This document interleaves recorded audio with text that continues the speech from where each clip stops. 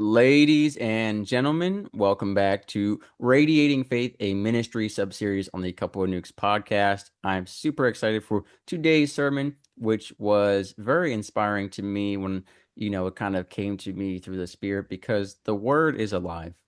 And I say that because maybe some of y'all have never experienced this yet. I highly encourage everyone to pray for the spirit and discernment when reading God's word. Ask Him to reveal mysteries to you and to show you exactly what in the word you need right now, whether you think you need it or not. And something jumped out of the text to me. I have read the book of Daniel many times. Daniel is a blend of Aramaic and Hebrew writing. It is across a great span of time in the biblical history, and it's full of prophecies, fulfilled prophecies, and different predictions. Much of this historical account is actually debated due to literal versus symbolic, translations and interpretations, but a lot of agreement on the fulfilled prophecies is just really powerful when you look at it. And so in this, there are a different number of dreams and visions. The famous ones, of course, being King Nebuchadnezzar's dream of this statue, which had the different kingdoms and a chronology stated there, and a you know outline of the future that would be fulfilled. And then the four beasts, which we'll get into today as well. And then King Nebuchadnezzar's dream about the tree. Now we're going to be talking about what I call the beast that was not in the vision. We read of these four beasts, these kaiju-like creatures, these monstrous creatures that are so terrifying that when Daniel sees them in this vision in such a realistic way, he turns pale and is frightened and deeply troubled. Now, he is given a direct interpretation about what this means, and they represent four kingdoms, four kings that will rise up. One of those kings is most commonly referred to and associated with King Nebuchadnezzar. Now, when it comes to the beast outside the vision, we're going to be focusing on King Nebuchadnezzar, not as depicted in the dream of the beast, but what actually happened to him in real life when he became a real beast, which we're going to get into that today. We're going to read that verbatim and then go over why it's so important for us. This is a sermon on beastfulness, on what happens when we're not aligned with God, when we go astray, what we become, and the importance of the difference between animals and human beings. This is going to be powerful. Like I said, I've read Daniel many times, and this was the first time that Nebuchadnezzar's condition that he undergoes for a while really jumped out at me. So that being said, let's go ahead and start by reading from Daniel chapter 7. This is going to be verbatim. This is coming from the New International Version of the Bible. And this is Daniel chapter 7. This is the dream of the four beasts, and we'll get into it right now. I want to read it verbatim, and then we'll discuss it. In the first year of Belshazzar, king of Babylon, Daniel had a dream, and visions passed through his mind as he was lying in bed. He wrote down the substance of his dream. Daniel said, "In my vision at night I looked, and there before me were the four winds of heaven churning up the great sea. Four great beasts, each different from the others, came up out of the sea. The first was like a lion, and had the wings of an eagle. I watched until its wings were torn off, and it was lifted from the ground so that it stood on 2 feet like a human being, and the mind of a human was given to it. And there before me was a second beast, which looked like a bear. It was raised up on one of its sides, and it had 3 ribs in its mouth between its teeth. It was told, 'Get up and eat your fill of flesh.' After that, I looked, and there before me was another beast, one that looked like a leopard, and on its back it had 4 wings like those of a bird. This beast had 4 heads, and it was given authority to rule. After that, in my vision at night I looked, and there before me was a fourth beast, terrifying and frightening and very powerful. It had large iron teeth. It crushed and devoured its victims and trampled underfoot whatever was left. It was different from all the former beasts, and it had 10 horns. While I was thinking about the horns, there before me was another horn, a little one, which came up among them, and 3 of the first horns were uprooted before it. This horn had eyes like the eyes of a human being and a mouth that spoke boastfully. As I looked, Thrones were set in place, and the Ancient of Days took his seat. His clothing was as white as snow, the hair of his head was white like wool. His throne was flaming with fire, and its wheels were all ablaze. A river of fire was flowing, coming out from before him. Thousands upon thousands attended him. 10,000 times 10,000 stood before him. The court was seated, and the books were opened. Then I continued to watch because of the boastful words the horn was speaking. I kept looking until the beast was slain and his body destroyed and thrown into the blazing fire. The other beasts had been stripped of their authority, but were allowed to live for a period of time. In my vision at night I looked, and there before me was one like a son of man, coming with the clouds of heaven. He approached the Ancient of Days and was led into his presence. He was giving authority, glory, and sovereign power. All nations and people of every language worshipped him. His dominion is an everlasting dominion that will not pass away, and his kingdom is one that will never be destroyed. The interpretation of the dream. I, Daniel, was troubled in spirit, and the visions that passed through my mind disturbed me. I approached one of those standing there and asked him the meaning of all this. So he told me and gave me the interpretation of these things. The four great beasts are four kings that will rise from the earth. But the holy people of the Most High will receive the kingdom and will possess it forever. Yes, forever and ever. Then I wanted to know the meaning of the fourth beast, which was different from all the others and most terrifying, with its iron teeth and bronze claws. The beast that crushed and devoured its victims and trampled underfoot whatever was left. I also wanted to know about the 10 horns on his head, and about the other horn that came up before which 3 of them fell, the horn that looked more imposing than the others and that had eyes and a mouth that spoke boastfully. As I watched, this horn was waging war against the holy people and defeating them, until the Ancient of Days came and pronounced judgment in favor of the holy people of the Most High, and the time came when they possessed the kingdom. He gave me this explanation. The fourth beast is a fourth kingdom that will appear on earth. It will be different from all the other kingdoms and will devour the whole earth, trampling it down and crushing it. The 10 horns are the 10 kings who will come from this kingdom. After them, another king will arise, different from the earlier ones. He will subdue 3 kings. He will speak against the Most High and oppress his holy people and try to change the set times and the laws. The holy people will be delivered into his hands for a time, times and a half time. But the court will sit, and his power will be taken away and completely destroyed forever. Then the sovereignty, power, and greatness of all the kingdoms under heaven will be handed over to the holy people of the Most High. His kingdom will be an everlasting kingdom, and all rulers will worship and obey him. This is the end of the matter. I, Daniel, was deeply troubled by my thoughts, and my face turned pale, but I kept the matter to myself. And my face would be pale too if I saw something like that. These kaiju-like creatures up close and personally, the way that he saw it in this vision. Now, I mentioned earlier a bit of controversy, and that goes specifically with the literal interpretation of time or the more symbolic interpretations of time, right? So there's different conflicts and arguments about the timelines proposed in Daniel and the fulfillment of those kingdoms. Now, we do know that the 4 beasts represent 4 kingdoms specifically. It said so right here, right? Daniel was given the interpretation directly.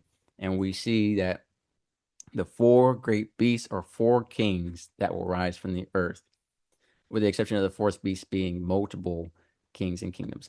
Now, I want to mention as well the statue that Nebuchadnezzar dreams of is often associated as the same chronology and correlation, just with different symbology. So we're not going to go over that today because the focus of the sermon is on beastfulness. And so I don't want to, bombard you with too much side information. But if you have time on your own to research the kingdoms represented in the statue in Nebuchadnezzar's dream in Daniel, I definitely encourage you all to read that as well.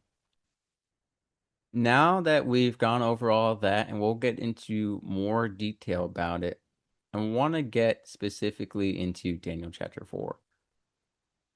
Or to backtrack just a little bit, to give a little information about the beast. There are different factors of it that are symbolized, right? So many people accredit the asymmetricalness of the bear, which is quoted as raised up on one of its sides, as a divided kingdom, as a mixed kingdom where one is stronger than the other. Also, you see the 3 ribs in its mouth. A lot of people say that represents the 3 conquests of that kingdom, but there's debate over that as well as what those 3 conquests are. Again, a lot of Daniel is debated, though it's undoubtedly true that most of the prophecies were fulfilled. Some of them, again, the times are debated on whether those have been fulfilled, are being fulfilled, or will be fulfilled based off what interpretation of time you look at. And again, Daniel is in the same boat as Revelation when it comes to literal, symbolic, apocalyptic, or real. And that's one of the biggest controversies of the whole faith across all the denominations is what is symbolic versus literal. And it's a conversation that we've had for years and will continue to have to years until the end of time when Yeshua returns. Now, the first beast is often accredited to be King Nebuchadnezzar, and we're going to get into not just this description of him, but also what we are given in Daniel chapter 4. So, going to Daniel chapter 4, we see that, King Nebuchadnezzar gets so powerful, right? People are praising him instead of God, right? And he is not always crediting God. Now, he has Daniel, of course, interpret a dream. And this particular one is about a tree. Now, I'll read. These are the visions I saw while lying in bed. I looked, and there before me stood a tree in the middle of the land. Its height was enormous. The tree grew large and strong, and its top touched the sky. It was visible to the ends of the earth. Its leaves were beautiful, its fruit abundant, and on it was food for all. Under it, the wild animals found shelter, and the birds lived in its branches. From it, every creature was fed. In the visions I saw while lying in bed, I looked, and there before me was a holy one, a messenger, coming down from heaven. He called in a loud voice, "Cut down the tree and trim off its branches. Strip off its leaves and scatter its fruit. Let the animals flee from under it and the birds from its branches. But let the stump and its roots, bound with iron and bronze, remain in the ground, in the grass of the field. Let him be drenched with the dew of heaven, and let him live with the animals among the plants of the earth. Let his mind be changed from that of a man, and let him be given the mind of an animal, till 7 times pass by for him. The decision is announced by messengers. The holy ones declare the verdict, so that the living may know that the Most High is sovereign over all kingdoms on earth, and gives them to anyone he wishes, and sets over them the lowliest of people." Now, Daniel interpreted the dream, and he was even afraid, right? Because he knew what it meant. And he says, "My Lord, if only the dream applied to your enemies and its meaning to your adversaries. The tree you saw, which grew large and strong, with its top touching the sky, visible to the whole earth, with beautiful leaves and abundant fruit, providing food for all, giving shelter to the wild animals, and having nesting places in its branches for the birds. Your Majesty, you are that tree. You have become great and strong. Your greatness has grown until it reaches the sky, and your dominion extends to distant parts of the earth." Now, fast forward, right? This is the interpretation. "You will be driven away from people and will live with the wild animals. You will eat grass like the ox and be drenched with the dew of heaven. 7 times will pass by for you until you acknowledge that the Most High is sovereign over all kingdoms on earth and gives them to anyone that he wishes.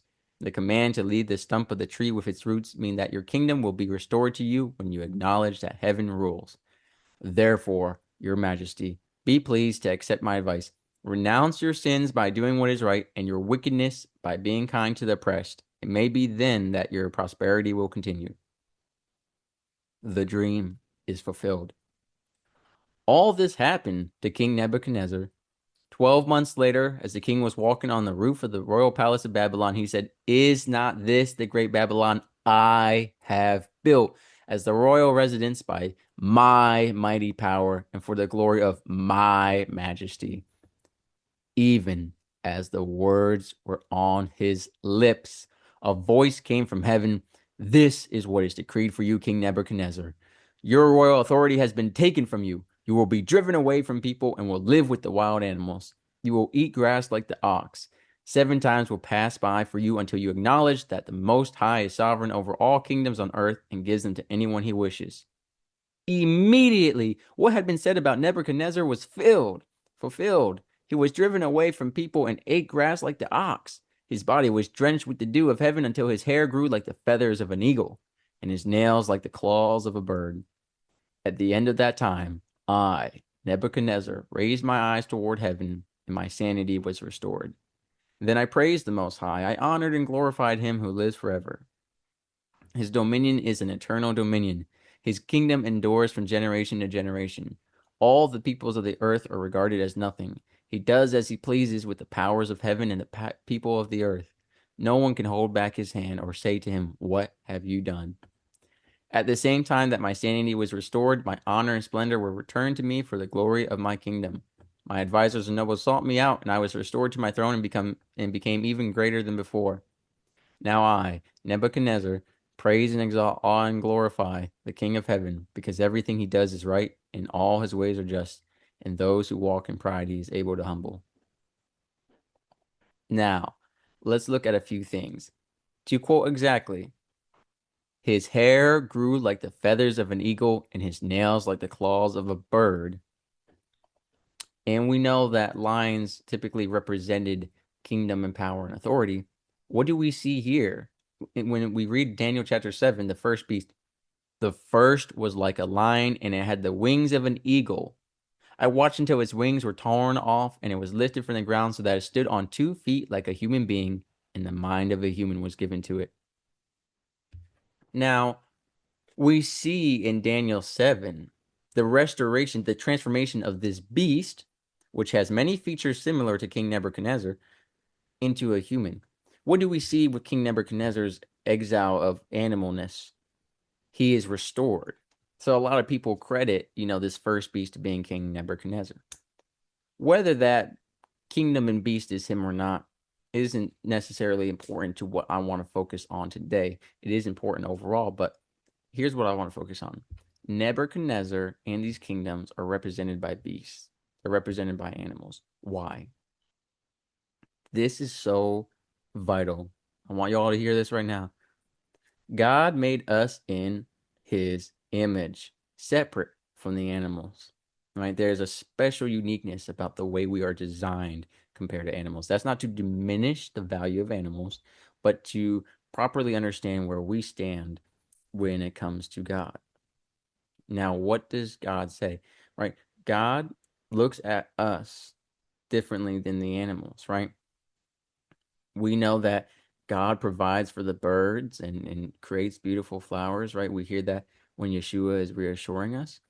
So, how much more does he take care of us? When we go astray majorly in the deep sin of oppression, of power, of greed, of all this pride, we see that God sees these kings and these kingdoms as animals. He no longer sees himself reflected in them. The transition from human to beast isn't just about a vision or symbology, it is spiritual. This is so important, y'all. King Nebuchadnezzar is the real beast, the beast that existed outside of that vision of the four beasts, right? In actual history, it is written that it is fulfilled that he went and ate grass, that he was covered with morning dew, that he had nails like a bird's claws and hair like the feathers of an eagle. This man became like an animal, a savage beast. But this is a message of hope too, as much as it is a warning. We see the restoration of King Nebuchadnezzar, even greater than he was before. Now, this isn't saying go be led astray, become an animal, come back and be a better human being, right? That's like saying let's sin more so grace abounds more. No, that's not what we're saying. But this is so important. God looks at us and sees himself, right? And sin separates us from God. When did God not, when was God not able to look at Yeshua? That moment on the cross when there was separation between Father and Son, because Yeshua was taking all the sins of our world and became the embodiment of that sin, and God could not look at it. That's not to say any sin we do makes us unlookable to God. But the more we continue to sin, and when we ultimately, especially when we are leaders running entire nations, God sees us as animals, right? Because we're not reflecting and living the properties of life that make us in his image, right? Being in his image isn't just a physical thing, it is a deeply spiritual thing. Not even the angels and those higher beings that serve God are made in his image. It is a spiritual thing as much as physical. And so I think it's really important, right? And I think that it's just so amazing. Both the narrative and apocalyptic literature work together to communicate the sovereignty of God over earthly rulers and kingdoms, right? God had the final say over Nebuchadnezzar's condition, right? He restored him. He gave him the mind of a human back, right? And then blessed him abundantly when he acknowledged God. Now, King Nebuchadnezzar could have done that from the beginning. Daniel tried to warn him, right? But how many of us have ignored the Daniels in our lives and we're living like an animal right now? And maybe it's not, we're physically outside eating grass, but what are we doing? How are we behaving? How are we treating others? And let's fast forward to the four kingdoms, right? The vision of the four kingdoms. What do we see? God rules over all of them, right? In the end, the Ancient of Days, as they reference here, the one like a son of man, aka Yeshua, Jesus Christ, right? We see that they had the ultimate authority over what these kingdoms get to do and decide. Not in the sense that they control free will and there is no free will. I mean, they decide their fate in the end, right? God rules over all these kingdoms. And I just did a whole sermon on Godzilla, the Leviathan, and why our fascination with powerful creatures matters. Why is the Leviathan even in the Bible? And to clarify, Godzilla is not in the Bible. But why the Leviathan, which is this kaiju like deep sea monster, described in the Bible beautifully as something so calamitous that no human could ever prevail against it, that God so easily crushes the heads of Leviathan and feeds them as food to animals in the desert, right? That sermon, I'm going to interconnect it here. There is nothing more powerful than God. None of these wild beasts, whether they're real, calamitous, natural beings that he created, whether they're the representations of the evilness of humanity manifested as a kingdom or a king. And so this is so important. And King Nebuchadnezzar becoming an animal, one thing I want to mention, y'all pay attention to this real close, right? God didn't have to turn King Nebuchadnezzar into an animal-like creature. He could have killed Nebuchadnezzar with lightning. He could have given him leprosy. He could have had another nation come in and chop his head off. We have seen God handle rulers in many different ways in the Bible when they're unrepentant or they're blasphemous or they are evil. So why turn Nebuchadnezzar into an animal? Why didn't he do that to Jezebel or Ahab, right? This is included in the Bible for a reason. This isn't an accidental detail or a random event. This was done specifically with Nebuchadnezzar in partnership with the writing of Daniel chapter 7 in the vision to compound the message of what we look like spiritually to God when we are going astray, not aligned with him, and when we are leading wickedly. He wanted us to know that we don't even look human anymore when we act so viciously like these animals. But look at the four beasts. What are they doing? They're not going to nonprofits and helping one another out. They are vicious beings killing and trampling, and they're monstrous. Right? That's what God is seeing when he looks at us. Yes, he still sees my beloved child in whom I am well pleased. Don't get this wrong. Don't twist this up. But this is so important to know that we stray further and further away from him and from the image that we're supposed to reflect. Right? This is so important. These animal-like characteristics and dehumanization of earthly rulers and kingdoms, they reject God's authority. King Nebuchadnezzar, it's a story also of humiliation, but of restoration. right? And then we see the same thing with the earthly kingdoms, where we see the crushing of them, right? Proper human rule is restored through submission to God's sovereignty and ultimately established through the everlasting kingdom given to the one like a son of man when we look at the ends of times. King Nebuchadnezzar is looking at an individual. The four beasts look at kingdoms. Both of them are so important. And when it comes to our kingdoms, our modern day countries, right? What can we do? Pray for our leaders. We are called to pray for them. We are called to pray for these people, whether we voted for them or not, whether we like them or not. There are spiritual battles going on behind every politician, behind every political organization, behind every government.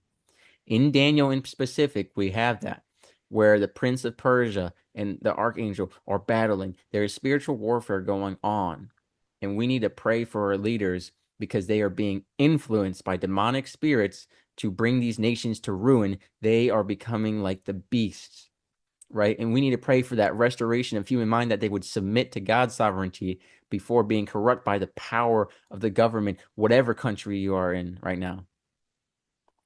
And so I think that's really important. And I just want to emphasize that, right? And we see King Nebuchadnezzar was represented by something beautiful at first, right? In the second vision of the tree, beauty, abundance, fruit, right? Something that provided life. But when it became so self-centered, it had to be cut down. But God cut it down with a plan of restoration, right? He didn't have to say leave the stump, but he did. And that's mercy right there. Mercy that Nebuchadnezzar didn't deserve or need. Mercy that you and I right now don't deserve or haven't earned, right?